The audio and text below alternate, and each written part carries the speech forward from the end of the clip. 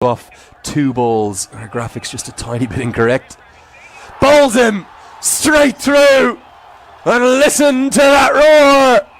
Sampal Kami is holding his nerve at the death. And Nepal are sensing a win for the ages, pulling it out of the fire. USA in real trouble halfway through this super over.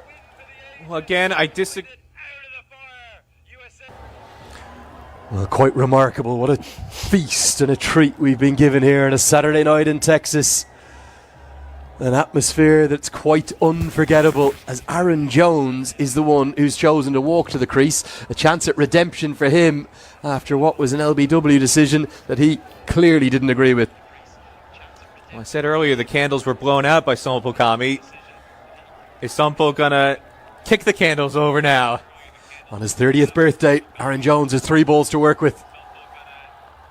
And he heaves it into the leg side. Dipendra Singh Airi is out there! USA in the super over. They have only 2 on the board. And Sampal Kami is the hero for Nepal. Surely they're going to go 2-0 up in this series now. Well, he didn't just kick the candles over, he stomped on them. Not a birthday to remember for Aaron Jones. Sampal Kami, the party pooper for Aaron Jones and the home side here. What bowling by the veteran. He tried to clear that huge boundary, and again, this is why I feel like they should have had Harmeet Singh in there. Having the right-handers try and clear that huge 82-yard boundary is just asking for trouble. If they get a left-hander in there and Harmeet Singh, I don't think they would have had such a calamity in this super over. What an extraordinary turnaround and turn of events. With 6 balls left, USA only needed 7. Sampal Kami's bowled the next 9, including the super over. He's only conceded 8 runs, and he's picked up 3 wickets. Exceptional bowling from one of Nepal's very best. And with all those concerns and worries over their death bowling, it feels like Nepal are on the precipice of doing something incredibly special here, beating a fine American side on their home soil in this inaugural Stake Stars and Summits trophy. The super over ends with those 2 wickets. USA have only 2 to defend. Well, and if you recall the super over that USA bowled against Pakistan, Sarabnesh Avolkar bowled it because he had plenty of runs to defend in this.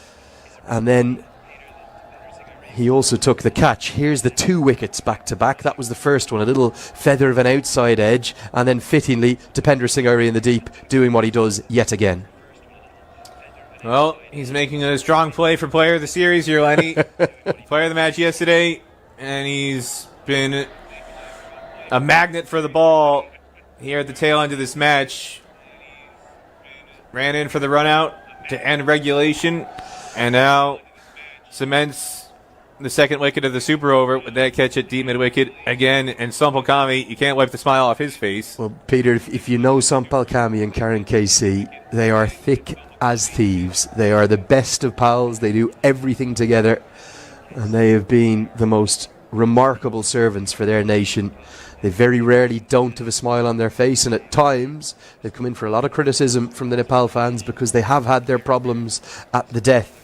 But against a much vaunted USA side, we heard Rohit Powdell talk at the toss about this is an American team that have beaten Pakistan, that have beaten Bangladesh. They're acutely aware of how good USA are, but here on American soil, albeit with very much a Nepali feel, with the exceptional numbers of Nepal fans that have turned out to support their heroes, they're right on the brink of doing something very special. Because USA, well, they look run ragged, don't they? They look like they're defeated before they even walk out for this second half of the super over. Well, that tied match 274, played 274 in Paralympics 2 years ago. That was a losing tie in the eyes of a lot of USA fans. They really bungled the tail end of that match. There was a double century stand between Stephen Taylor and Monak Patel in that game, and then nobody really remembers it because they really goofed up at the tail end of the chase. And again here, it was essentially a losing tie. USA was in command heading into the final over. They only needed 7 runs to win off 6 balls. 99% of the time, that's a team that's going to get across the line, especially with 4 wickets in hand. And yet, they couldn't do it. You'd call that a losing tie heading into the Super Over for USA. They were in the far more dominant position at the tail end of that chase. And here we go, having Super Over. And it's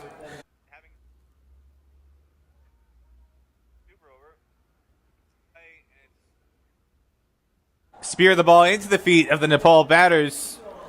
But they're not going with this. I feel like Sarvnesh Tewolkar bowled the Super Over against Pakistan because in that situation he was better suited to it. In this situation, you need somebody who's going to explode the stumps. Ali Khan is the guy to do that. USA management obviously feels you need somebody who's going to explode the stumps. Ali Khan is the guy to do that. USA management obviously feels Fascinatingly, for the two Nepali batters that have been selected, the captain is taking the responsibility himself. He's going to surely nailed on to be the player of the match. Kushal Bertel with that wonderful innings of 92 not out that came off 54 deliveries with 7 fours and 6 sixes. What's their approach going to be? Are they going to tap 3 singles? Well, is Powell going to say, I'm going to get it done in one delivery? These two guys, they're lightning between the wickets. They're quick silver. If I were them, I would do what USA didn't do at the end of the match. USA was in a position where they just needed to tap and run. Harmeet Singh, I'm not sure what he was thinking, trying to heave a 6 with 2 overs to go. Here we go. It's 3 to win, 6 balls to do it. And it's a dot. Oh, no, it's not. It's a misfield. Aaron Jones, it slipped through his fingers. On his birthday, he's had a birthday to forget. Out not once, but twice. And now a crucial, crucial misfield. Well, I can't fault him too much. He shouldn't be in this situation. It shouldn't come down to needing to sprint in to cut off a single, defending 2 off a Super Over. There's a lot of things to criticize about USA tonight. I'm not going to pick on Aaron Jones for that one. There are other players in this lineup who had the responsibility to get USA over the line so they wouldn't be in a Super Over, and they just didn't get the job done. Well, it was regulation, being honest, Peter. He didn't have to sprint a yard. He was standing at a silly mid-on. It just burst through his fingers. It's probably not going to end up being the difference between the sides. I'll agree with you on that much. But USA, credit to them now. They are actually going to gamble. They're bringing everyone in. They're not just going to allow Nepal to run 2 more singles. But Bertel, you would imagine, might just put a flourish to this finish with a boundary. They've only got 1 fielder outside. It's 2, check that. They've got a deep third and a deep square leg. Those are the 2 fielders outside the ring, and they're hoping for a brain fade from Kushal Bertel to give a boundary catch. Everyone else in saving a single. It's 2 to win.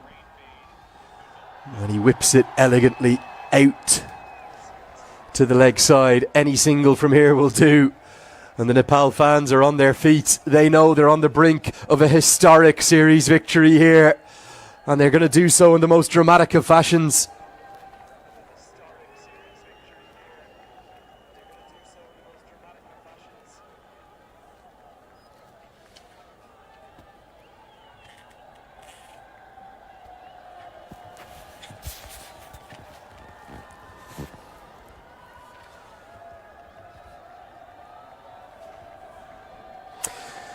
Here we go.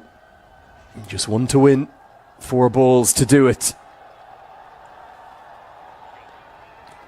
No is the call.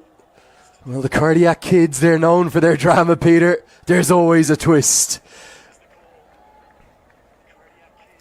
Well, if they can't get a single from here, this would be the most... Just a reminder, there is another Super Over if there's 3 dots or 2 wickets. This would be the most unglamorous Super Over if Nepal can't go over the line. This might be a Super Over that sets back cricket a decade if they can't get over the line here, Lenny. 3 balls remaining. Any run will do. USA need 2 wickets from one of their